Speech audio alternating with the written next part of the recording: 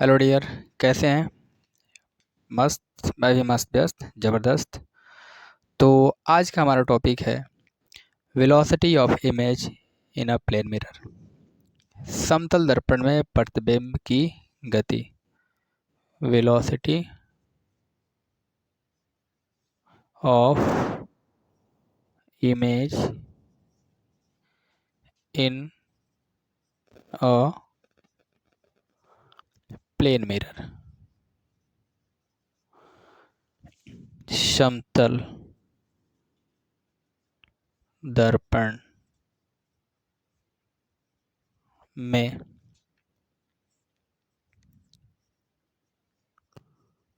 प्रतिबिंब का वेग।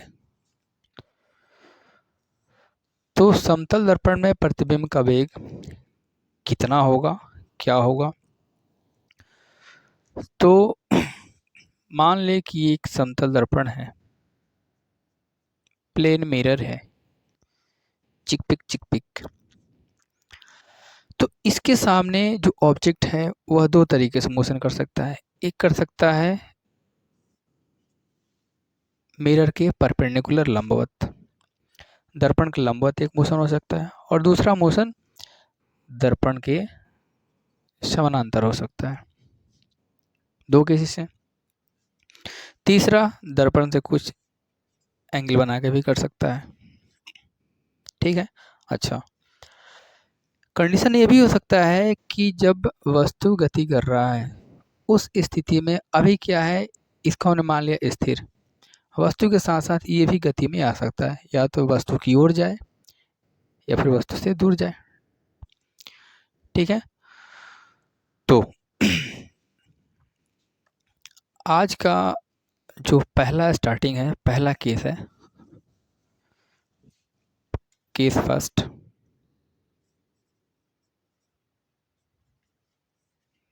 केस फर्स्ट क्या है? जब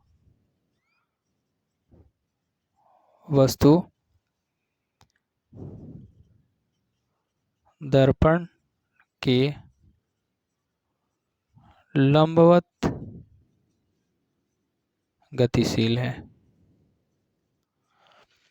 लंबवत गतिशील है। अब इसमें क्या है, दो केस बनेंगे इसमें कि एक बार मिरर रेस्ट में होगा, एक बार मिरर मिशन में होगा, मोशन में होगा। तो इसमें पहला केस हम बनाते हैं जब दर्पण स्थिर है। तो मान लो कि ये दर्पण है, समतल दर्पण, चिक पिक, इसमें कोटिंग कर दिया गया। यहाँ से इसके सामने कुछ डिस्टेंस पे ऑब्जेक्ट है। मान लेते हैं यह डिस्टेंस कितना है, x।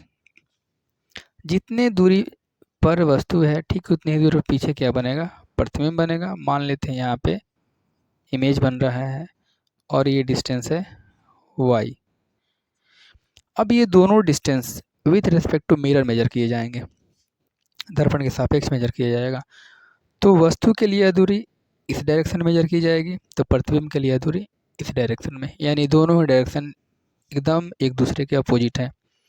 तो अगर हम x को प्लस ले रहे हैं तो y को माइनस लेंगे। ठीक है, यानी x डिस्टेंस पॉजिटिव होगा और y डिस्टेंस निगेटिव लिया जाएगा। क्यों? क्योंकि दोनों ही distance with respect to mirror measure किए जा रहे हैं। अब यदि ये दोनों डिस्टेंस बराबर हैं तो हम लिख सकते हैं x equal to minus Y. चूँकि समतल दर्पण है तो दूरी बराबर होगी, क्योंकि समतल दर्पण में जितना आगे प्रतिबिंब उतना ही जितना आगे वस्तु उतना ही पीछे प्रतिबिंब। तो x equal to minus Y, minus सिर्फ ये शो कर रहा है कि मेजरमेंट का डायरेक्शन क्या है, उल्टा है और कुछ नहीं। अब क्या करें, अब दोनों तरफ समय t के सापेक्ष अवकलन करने पर, अवकलन करने पर, तो t के सापेक्ष अवकलन करेंगे तो क्या हो जाएगा, x का differentiation with respect to time, ये हो जाएगा dx by D T equal to y का differentiation with respect to time minus D Y by D T. अब x बाई टी, x क्या है डिस्टेंस अपॉन टाइम, y क्या है डिस्टेंस अपॉन टाइम।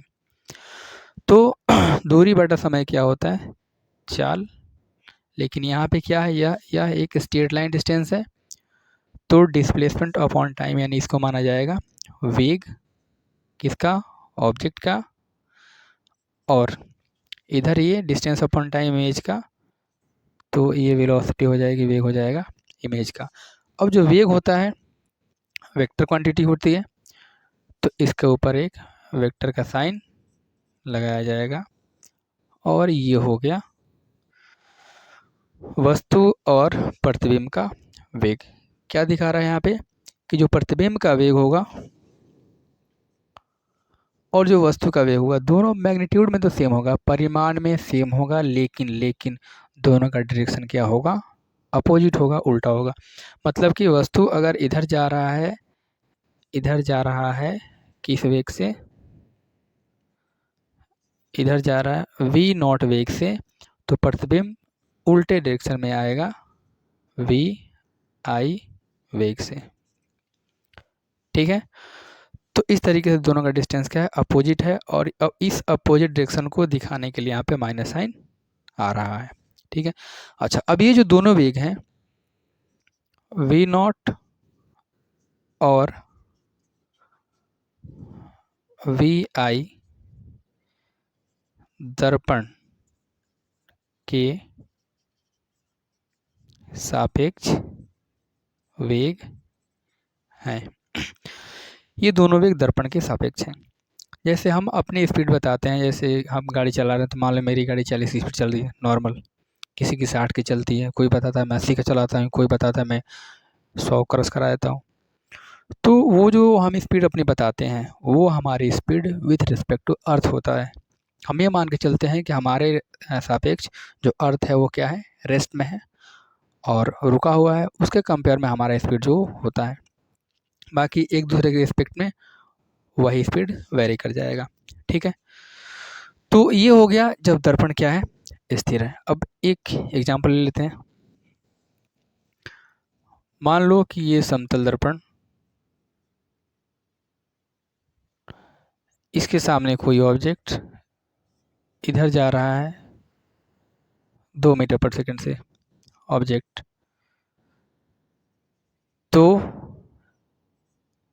इमेज का वेग वी आई कितना होगा। तो हमें क्या पता है भाई, हमें पता है V naught equal to minus V I. V naught कितना है ऑब्जेक्ट का वेग 2 मीटर पर second equal to minus V I, या फिर वी आई इक्वल टू कितना हो जाएगा -2 मीटर पर सेकेंड। यानी कि दर्पण के सामने अगर वस्तु 2 मीटर पर सेकंड से गतिशील है तो इमेज -2 मीटर पर सेकंड से गति करेगा। ठीक है, तो इतना नोट करें, छापे पहले इसको।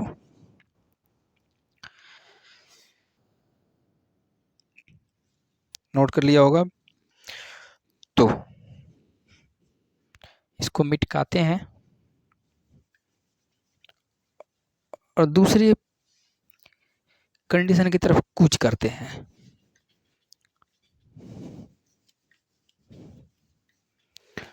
दूसरा कंडीशन, इस बार जो मिरर होगा वो भी गति करेगा रे बाबा। तो दूसरा कंडीशन क्या है, दूसरा है जब दर्पण गतिशील है।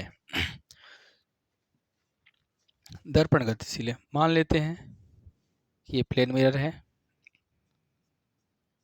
प्लेन मिरर एम है, इधर कोई ऑब्जेक्ट है ओ जो दर्पण की ओर गतिशील है वी ओ वेग से, और जो मिरर है ये भी वस्तु की ओर गतिशील है वी एम वेग से। तो इस केस में जो इमेज होगा इसका वेग क्या होगा? तो इमेज भी वस्तु की ओर आएगा किस वेग से? वी आई वेग से। वी आई वेग से, ठीक है। तो अब इनके बीच क्या रिलेशन बनने वाला है? क्या फॉर्मूला बनेगा? तो हम पहले कंडीशन में हमने देखा है कि जो वी ओ और वी आई है, यानी वेलोसिटी ऑफ ऑब्जेक्ट और वेलोसिटी ऑफ इमेज, वस्तु का वेग और प्रतिबिंब का वेग दोनों क्या है? दर्पण के सापेक्ष हमने देखा था कि दोनों दर्पण के सापेक्ष होते हैं। तो वी ओ और वी आई दर्पण के सापेक्ष वेग हैं, और हम जानते भी हैं, हम क्या जानते हैं? जो वी ओ है equal to minus V I है, ठीक है। लेकिन both are with respect to mirror, दर्पण के सापेक्ष हैं, तो हम इसको ऐसे भी लिखेंगे velocity of object with respect to mirror equal to velocity of image with respect to mirror. फिर इस एक्सप्रेशन को रिलेटिव कॉन्सेप्ट लगाएंगे, तो ये क्या हो जाएगा? Velocity of object minus velocity of mirror इसके लिए, और इसके लिए क्या बनेगा expression? Equal to minus velocity of image और माइनस वेलोसिटी ऑफ मिरर, ठीक है। ब्रैकेट हटाओ, इसको लिख दो V O minus V M equal to, minus से गुना करेंगे अंदर तो माइनस वी आई और minus minus plus V M. V M को एक तरफ ले लेते हैं, तो इधर हो जाएगा वी ओ, वी आई इधर ले लें तो माइनस है तो plus V I equal to, इसको इधर कर दें प्लस हो जाएगा, तो वी एम और वी एम कितना हो जाएगा? 2 वी एम। या फिर हमें लिख सकते हैं V M equal to V O plus V I by 2। ये एक एक्सप्रेशन हमारा बन के आया। जब मिरर भी गतिशील है, वस्तु भी गतिशील है, उस केस में वेलोसिटी ऑफ इमेज निकालना होगा, तो हम ये फॉर्मूला अप्लाई करेंगे। वेलोसिटी ऑफ मिरर, दर्पण का वेग दिया गया है, यहाँ पे रख देंगे। वस्तु का वेग दिया है, यहाँ रख देंगे। उसके बाद यहाँ से हम वेलोसिटी ऑफ इमेज, प्रतिबिंब का वेग निकाल लेंगे। अच्छा, मान लो कि जो मिरर है वो रेस्ट में है, यदि दर्पण स्थिर है, तब स्थिर है तो वेलोसिटी ऑफ मिरर क्या होगा? 0। जब इस एक्सप्रेशन में इसको पुट करेंगे तो यहाँ हो जाएगा 0 equal to V O plus V I upon 2, ये मल्टीप्लाई होगा 0 हो जाएगा, और फाइनली क्या आ जाएगा? V O equal to minus V I. तो ये पहला वाला कंडीशन भी यहाँ से फुलफिल हो जाता है। तो अगर हमें इस रिलेशन को याद रखें तो हम फिर इस वाले को भी हमें याद रखने की ज़रूरत नहीं है, ठीक है। तो केस नंबर दूसरा, अब सेकंड केस हमें करना है, तो हम इसको भी मिटाएंगे। सेकंड केस क्या है?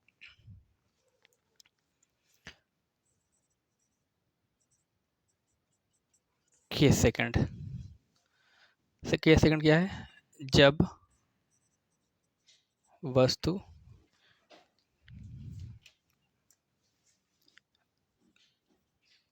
दर्पण के समांतर गतिशील है, तब क्या होगा? मान लो this is a plane mirror and an object is in motion parallel to mirror. एक वस्तु है, दर्पण ऐसे है, वस्तु की गति भी इधर ऐसे ही है, तो इसका प्रतिबिंब ठीक यहाँ बनेगा। जितना आगे वस्तु उतना ही पीछे प्रतिबिंब, और वस्तु इधर जा रहा है तो इसका प्रतिबिंब के साथ साथ इधर ही ना जाएगा। तो अगर इधर ऑब्जेक्ट वस्तु का वेग v0 है और इधर इमेज का वेग, इधर ऑब्जेक्ट और ये इमेज का वेग vi है, तो इस कंडीशन में जो इमेज का वेग होगा वो वस्तु के बराबर होगा, सेम होगा, कोई चेंज नहीं, कोई इफेक्ट नहीं होने वाला है। ठीक है, मतलब कि दोनों का डायरेक्शन सेम है तो कोई माइनस प्लस साइन नहीं आएगा, यानी प्रतिबिंब का वेग वस्तु के वेग के बराबर होगा। वेग के बराबर बोल दिया और वेग क्या होता है? एक सदिश राशि है जिसमें परिमाण और दिशा दोनों होते हैं, तो जितना परिमाण इसका होगा उतना ही परिमाण इसका होगा। इसका डायरेक्शन ऊपर है तो इसका डायरेक्शन ऊपर है, तो मैग्नीट्यूड भी सेम है, डायरेक्शन भी सेम है, तो वेग क्या रहेगा? सेम रहेगा। तो प्रतिबिंब का वेग वस्तु के वेग के बराबर होगा, यानी VO इक्वल टू VI, और इसमें कोई प्लस माइनस का साइन नहीं आएगा। तो आई होप आप लोगों को ये वीडियो समझ में आया होगा। मन से पढ़ाई करते रहें। All the very best. Thank you.